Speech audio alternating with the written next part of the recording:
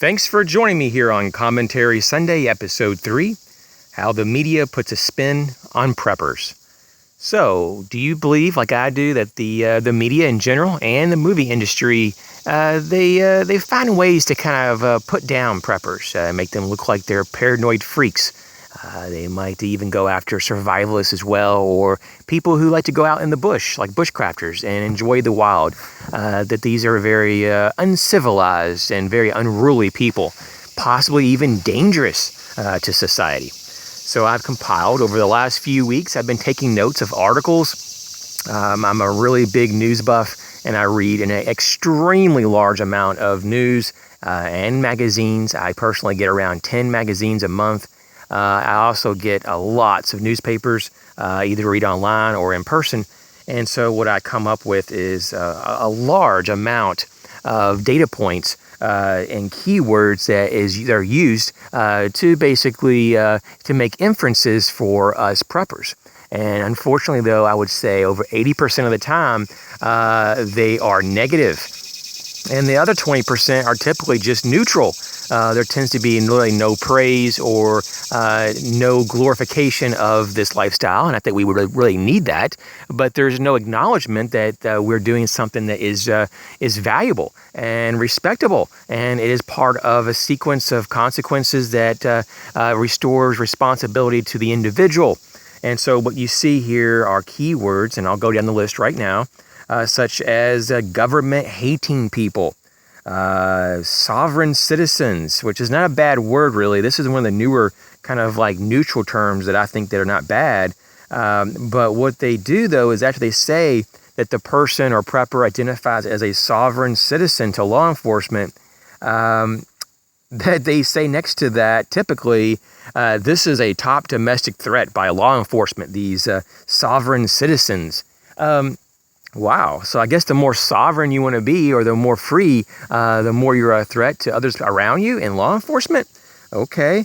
The next one is that they're considered, us preppers, as tax protesters. Oh, okay.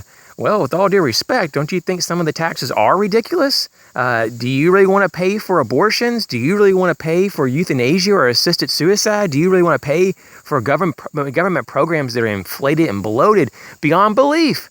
Do you want to pay for wars that we shouldn't be involved with? I don't know if it's just me, but I think that having some protest against shit is a pretty good idea, especially when you look at the IRS and they target people, libertarians or conservatives, even recently, and they do all kinds of crazy ass things with their audits. Totally not allowed by law, but they do it anyways. Okay, they're also referred to as anti-government. Protesters or individuals. Preppers are supposed to be anti-government. I'm not an anarchist. I do believe in government, so I don't know who's speaking for who here, but they're not speaking for me, and I'm pretty darn sure they're not speaking for you. But I'm for limited government, small government, accountable government, transparent government, but they never talk about that. The next thing they want to talk about is conspiracy theorists. Oh, yeah, all of us preppers are all into conspiracies. And no, I'm into real conspiracies that are actually happening. I don't need to have a theorist part of it, or there is no theory beyond it. It's actual real conspiracy. That's the difference. Now, you can say all you want, media, that we're all conspiracy theorists, but there are bad things going on and have gone on in the name of our government. And so it's not a theory, it's a reality. The next thing they say is that we're paranoid. Oh, I guess because we want to be prepared for bad things and we want to not be reliant on government, which, as we see, they have a track record of never really meeting the needs of the people anyways, and they're very inefficient. I guess that's paranoid because we want to have take our responsibility of our safety and our family in our own hands. So that's just bizarre. Next thing they want to say is that we're hoarders. We've gone over this a billion times. I'm not going to harp on this one, but hoarding is people collecting things and not having a purpose for it. People doing this because they have maybe a mental issue.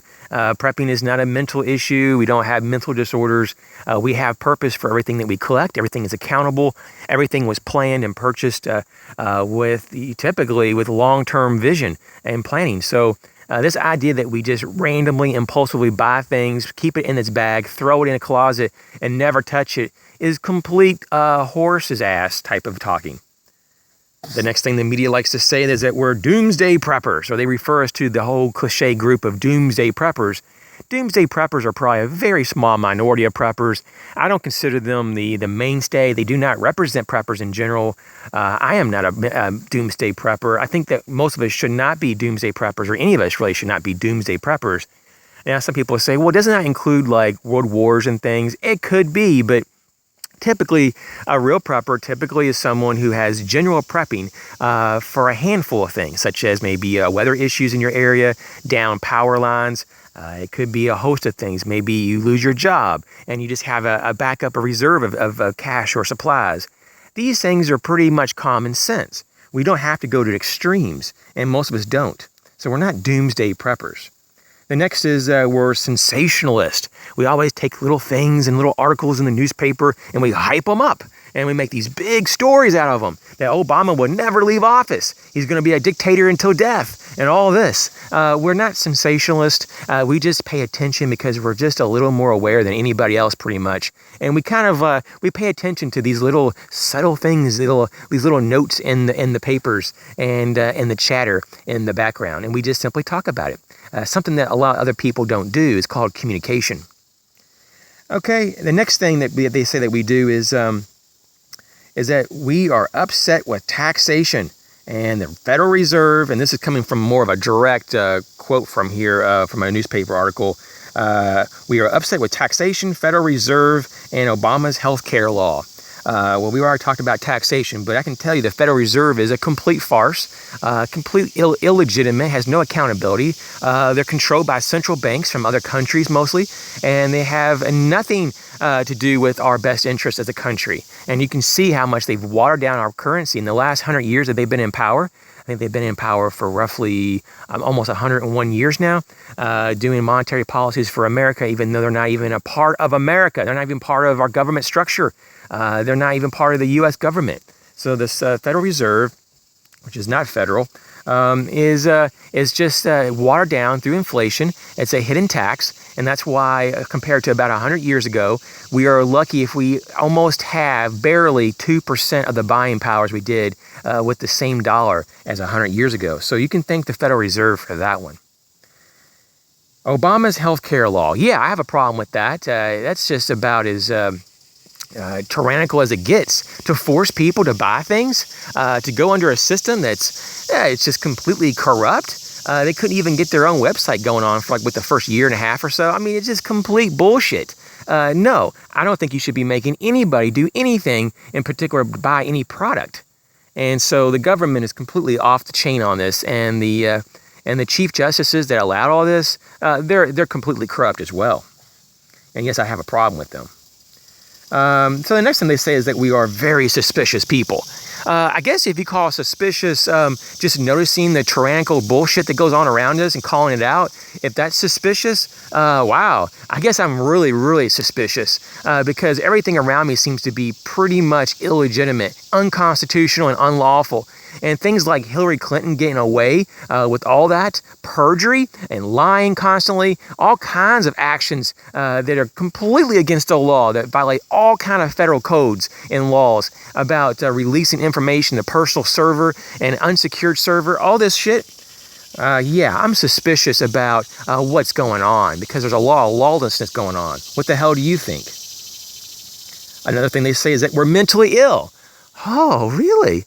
Well, who's the sane one?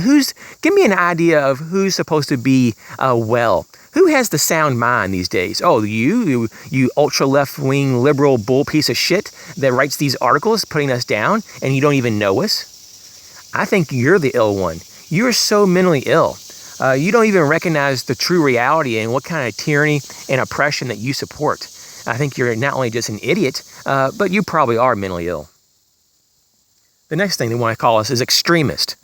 Yeah, I'm extreme because I love liberty and freedom, and I think that it's worth fighting for. So if that's wrong, then tell me what I'm supposed to be not extreme about. I guess I'm supposed to just kind of go with the flow, and whatever Obama says, I'm supposed to be like, yeah, it's great to have better relations with Cuba. Oh yeah, let's help out and give more money to Iran. Oh yeah, let's not support our troops and let's promote race wars and race conflicts in our country. No thanks, I'd rather be extremist. The next thing would be, and this is my last one of keywords I'm going to go over so this video isn't too long. We're homegrown terrorists. You can take that and shove it up your ass. I am the least person that would be considered terrorist, and my friends are not terrorists. Preppers, everyone that I know are very good countrymen. We are patriots, and the last thing we would do is be a terrorist. I think that what the real thing is that it's the cat calling the kettle black kind of thing, or whatever the hell you call that cliche. It's the kettle calling the kettle black. I think that's what it's called. I don't know. I'm wound up here. Sorry. It's Commentary Sunday, so I get to ramble. But no, the homegrown terrorists. The homegrown terrorists are those in government that have infiltrated and trying to change our Constitution and our way of life, saying that we need to be a lot more, PR about things, and we have to be so inclusive, and we can't say God anymore. We can't do a lot of things like called our traditions, and we can't follow our heart and do things that make sense to us because apparently they're so offensive, even though we're Americans and we have the freedom of speech and we have the right to carry arms and to protect ourselves. But of course, we're terrorists because we want to defend ourselves, and we're terrorists because we speak our mind and we have opinions, and we're terrorists because we love our country and our tradition and our Constitution that stands up for our civil liberties and the civil liberties to come in the great generations ahead of us.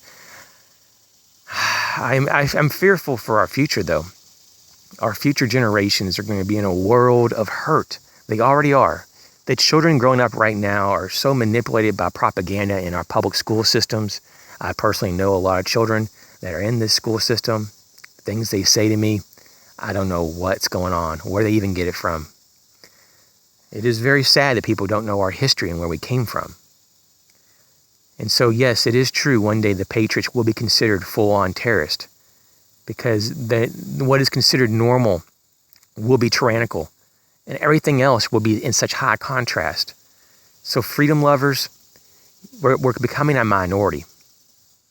Preppers and survivalists, bushcrafters, they have a good heart. They want to live in a free land and have better options and capabilities for their children and better lives for their children, are being faced with the dilemma that it won't be true. So what can we do? I guess we can just fight and keep our words and keep being strong and let people know about the truth. Spread the word that we're not homegrown terrorists. We're not extreme. We're not mentally ill. We're not suspicious. We're not sensationalists. We're not doomsday preppers. We're not hoarders. We're not paranoid people. We're not conspiracy theorists. We're not anti-government. We're not these crazy sovereign citizens, as even though I believe that we should be more sovereign. But we're not some, left-wing person that goes out and tries to rebel against all government. We're not government-hating, and we certainly are not some kind of threat to the American people. If anything, we're our last hope for in America to continue the way that we've known it.